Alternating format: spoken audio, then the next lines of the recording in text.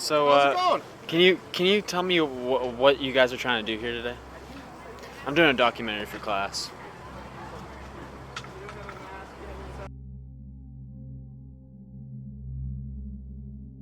Hey, you're not. This is private property. You're not allowed to film here. This is actually public property, a sidewalk right here, but thank you. No, it's not. Okay, well, go get your deed or whatever. I'm not here to cause any problems, so don't try any problems. None of us are here for violence. Yeah, we're just The violent fuckers are afraid and they're back there. I'm just fucking checking shit out. Yeah, me too. We keep it non-violent, we keep it positive. You know Joey Gibson? He keeps it non-violent, he keeps it positive. Patriot Prayer has been this cultural pushback to some of the shifts that's happening in our country, especially on the West Coast. There's this idea that you can just be violent towards people just because they're conservative or they think differently. And there's also an attempt to silence people by calling them racist, hateful, and it happens a lot. A lot of people don't even see. I mean, I know Patriot Prayer is usually referred to as far right. Patriot Prayer kind of borrows from, a few different things. But sometimes I think it's kind of hard to just pigeonhole, in my opinion, Patriot Prayer as this far right group. I mean, what does that mean exactly? There's some positions that, from my understanding of Patriot Prayer, that would kind of run counter to some stuff in the Republican Party's platform. For instance, around same-sex marriage. I know most folk, I know Joey Gibson, who's often connected to it, as the leader of the group or spokesperson. I mean, I know he's been very vocal about supporting same-sex marriage, for instance. That kind of goes against some of the social grain of folk who are seen as right-wing or, far-right.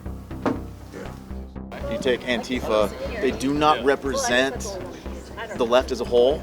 They don't represent the moderate left. The moderate left are just normal, hardworking Americans, okay? The problem is these people on the left, they're not being courageous enough to speak out against it.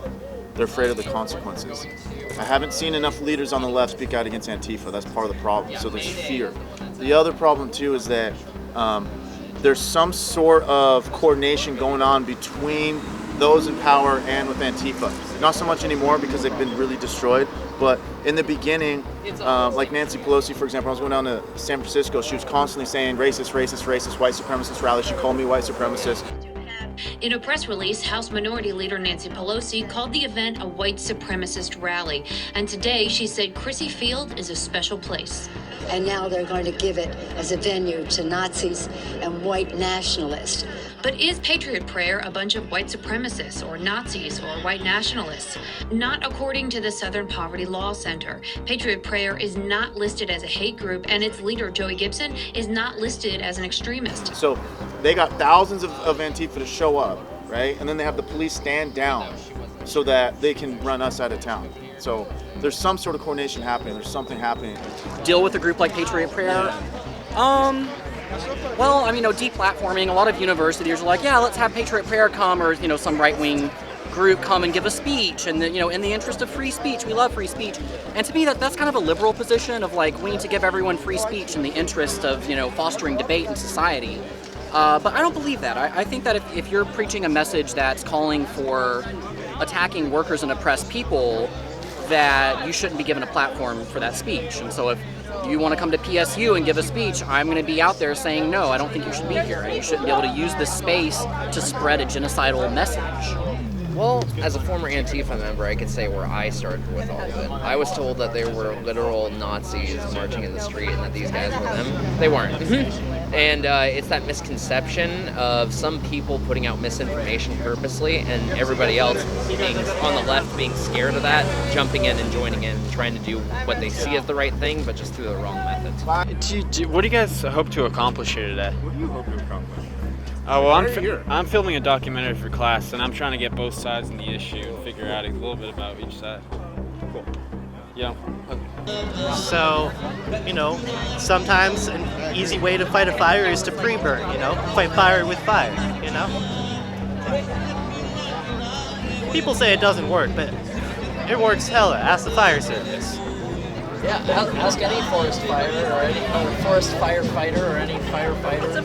Yeah, you burn it out first, and so sometimes you gotta beat the shit out of those Nazis before they beat the shit out of you. How's it going, Phil? So can you tell me a little bit about what you're trying to accomplish here today? None of this is serious. We're all going to be dead in 20 years. Or you're going to be unlucky and you're not going to be dead. It's just going to be an irradiated mess. Hopefully it's irradiated. Maybe it will just be really hot and dry. We never know, but we'll find out. I'm here for that. Are you here for that? Punch a Nazi. It's not the time to ask for interviews. Generally, don't like to participate in violence, but will participate in violence if necessary. Because when you're dealing with fascists whose goal is genocide, I mean, you gotta protect people from being exterminated, right?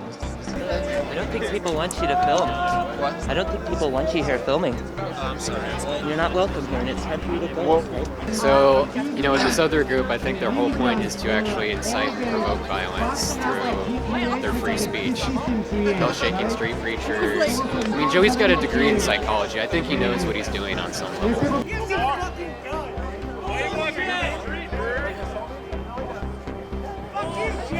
Hey, Charlie, wait. You gotta be physical. Joey, how's your friend Chris? You gotta be physical. Whoa. Hey. De-escalate. Hey, it's Antifa bar right here. Antifa bar. Everybody look. Antifa bar right here. Everybody. Communist Antifa bar in Portland. Look it's Antifa Communist Bar, side and right, downtown Portland. Look it up. Everybody, look it up. Here we go. Are they gonna do anything? Hey, you guys used to be yellow. Is that true? You guys used to be yellow. Now you guys are red. How's your buddy Chris Boston?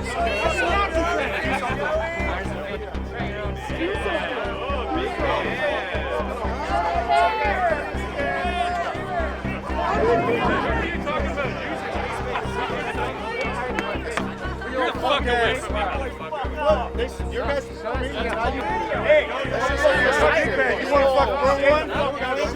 Fucking do it. Oh, it's that's cool. Yeah.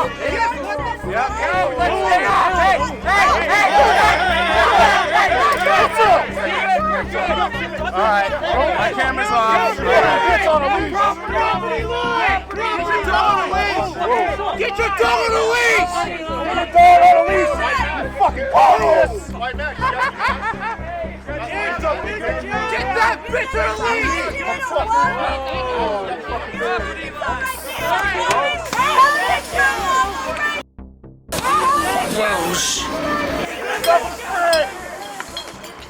Come on, Joey!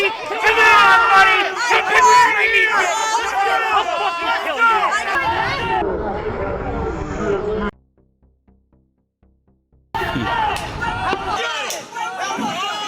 Oh shit!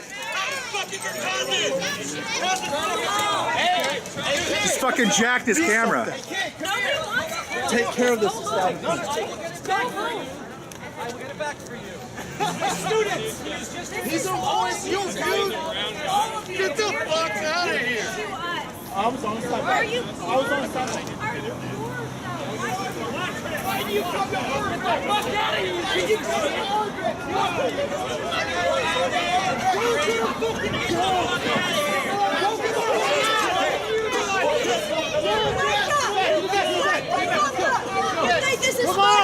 A street brawl breaks out outside of a Northeast Portland bar, and it's all caught on camera. Well, a group of fascists who claim to oppose fascism, not very credibly, assembled yesterday in Portland for a May Day rally. They call themselves Antifa, and as usual, things got violent when they gathered.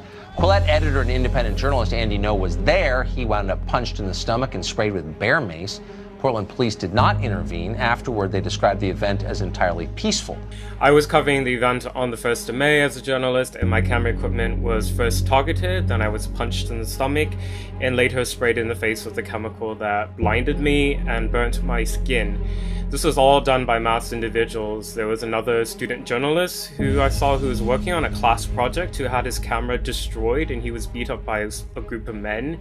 Fox 12 has learned someone did file a police report. An OSU student says he was filming May Day demonstrations for a school project when he was attacked.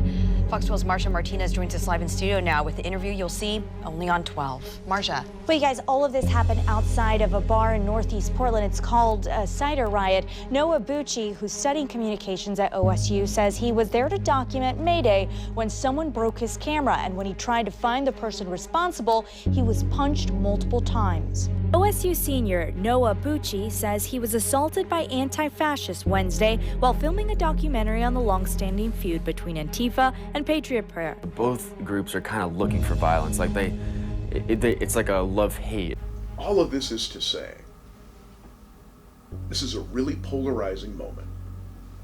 And there are a lot of folk who are kind of feel as if they're kind of in the middle, broadly defined. I don't mean literally in the middle. I'd say most folk in this area tend to be more left on the political spectrum, but not necessarily far left, who feel as if, well, good grief, what I have to say isn't being heard or isn't being addressed. I feel as if I'm being drowned out by the folk at the polar ends. He interviews members of Patriot Prayer, then looks for interview subjects along the Antifa side. They were very antagonistic towards me because they had seen me with Patriot Prayer. A guy comes from my right, hits my camera with a club, what's left of the camera lens. Bucci says that man then runs into the bar. Bucci follows him. They stopped me at the door, both the owner and multiple Antifa members. Cider Riot's owner says he did stop Bucci. He was like, I need to go look for that guy inside. I'm like, no, mate, you need to cool down. Then, out of nowhere, Bucci says, I got punched here on my jaw, and I was kind of down. I got punched multiple times. Bucci says 5 people held him down while his attacker poured beer on him. My chin is a little scraped there, and I don't know, just some blood here. Later dragging him out to the curb. When Bucci's camera was hit, he says his file was corrupted. He's now trying to recover it. He's filed a police report and is hoping someone else might have footage of his alleged attack to give to cops. As for his documentary, Bucci tells me he's still going to turn it in. He just wishes he hadn't become part of the story. Well, that was my short documentary on Antifa and Patriot Prayer. I believe you could watch hundreds of those videos, just like this one, and still not fully understand the level of severity that we're dealing with today on the streets of Portland. I know this because I didn't understand the level of severity until I went out there myself. The reality is that journalists and documenters can no longer hope to cover stories without becoming part of the story themselves. And that's kind of why I encourage you to go out there and experience it for yourself in the 3D realm. It's one thing to see it on a screen, but an entirely different thing to see it in person. Now, I know it's dangerous and scary, but when you consider that our freedom of speech and very peace are under attack, then I believe the risk is worth it. And I also believe there are safer ways to do it than the way I did it. Number 1, bring a friend. And number 2, when the fighting breaks out, step back. Just run away. There's no reason to put yourself in more danger than is needed. Just do what you feel is comfortable, but don't take my word for it. Don't take my bias into account. Just go out and experience it for yourself. Understand what is actually going on. And that way, maybe we can come together and find some common ground. Thank you very much for watching. Have a good day.